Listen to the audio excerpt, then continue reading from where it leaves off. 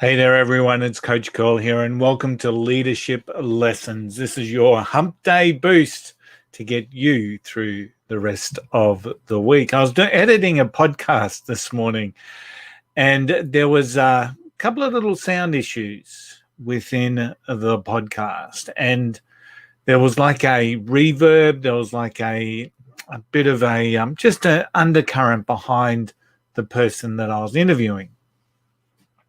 So as I was doing the intro for this particular podcast, I decided to call those gremlins the ghosts of autocratic leadership. The ghosts of autocratic leadership. So I thought today with our leadership lessons, I would follow that on with the ghosts of autocratic leadership, because the autocratic leader has a do as I say approach. Do as I say approach. So it's a tell and it's a do. And as a leader, it is our job to lead by example, because it's you that sets the tone for the team. You provide the team with motivation and encouragement to get them to do the very best that they can do. And your job is also to nurture and protect, because ultimately the business with the best team will win. We know that. The businesses with the best team will win.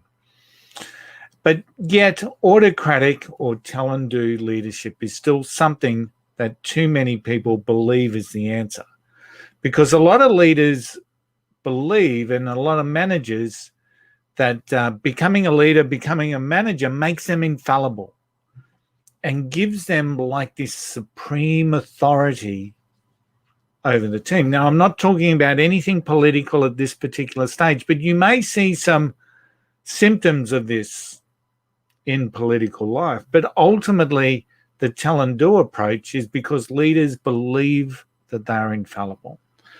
And that's why they utilize the do as I say, not as I do, or do as I say, or the tell and do approach. But to do this fails to understand the intricacies of actual leadership and the psychology around leadership, because someone who works for you knows that you are far from infallible. Someone working for you knows that you are far from the perfect leader. Plus, they also haven't signed away their freedom, their rights, to work for your particular organization. They haven't done that. They haven't signed those rights away, and they know your downfalls as a leader. So you're not infallible and you're far from perfect.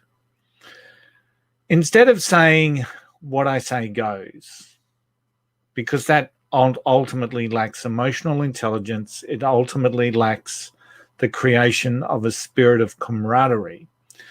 Why don't you try something like, we're all in this together, and mean it? We're actually all in this together. Maybe you try something like, I don't have all the answers, but between us, we do. Or between us, we're closer. Why don't we try some of those approaches, as opposed to, I'm the boss, I've got the answers, do as I say. As I said, those little reverbs around the podcast that I edited this morning, the ghosts of autocratic leadership. Unfortunately, they're not just ghosts. We still have a lot of autocratic leaders out there who believe that that is the approach. And can I tell you, autocratic leadership in certain styles are certainly the way to go. If your building is on fire, the last thing you're going to do is hold a meeting to get consensus around what it is that you should be doing. You are probably going to look for an autocratic leader who says, get out, right? So the autocratic leader is far from dead in circumstances, but generally, autocratic leadership has given way to better ways. We utilize emotional intelligence. We build rapport with our teams. We understand what motivates people individually. We align ourselves to team and organizational goals. There are so many better ways to lead than the old tell and do. The ghosts of autocratic leadership. I hope you've taken something away from our leadership lessons today.